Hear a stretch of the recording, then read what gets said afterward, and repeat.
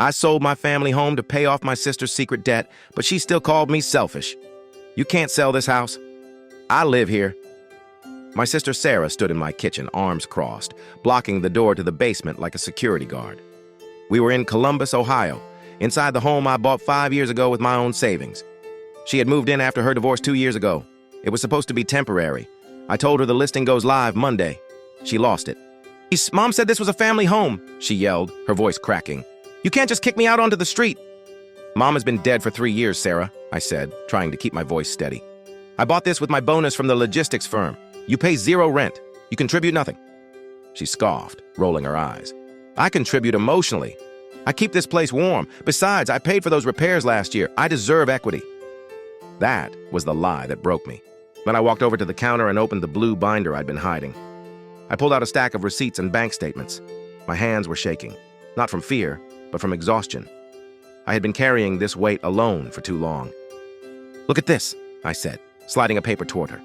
You said you paid for the HVAC repair. Here's the receipt. Paid by me. Here's the plumbing bill. Paid by me. Here's the property tax statement. Paid by me. She glanced at the papers but didn't pick them up. So what? Family helps family. I agree, I said, my voice dropping. That's why I haven't told you this yet.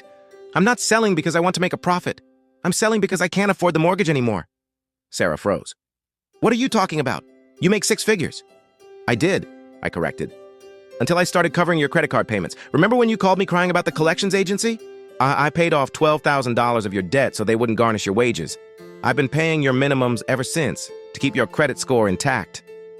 Her face went pale. She stepped back, hitting the counter.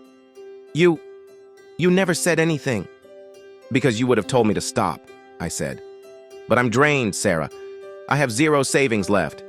I'm selling the house to liquidate assets so I can move into a cheap apartment and reset my life. I literally cannot keep this place open.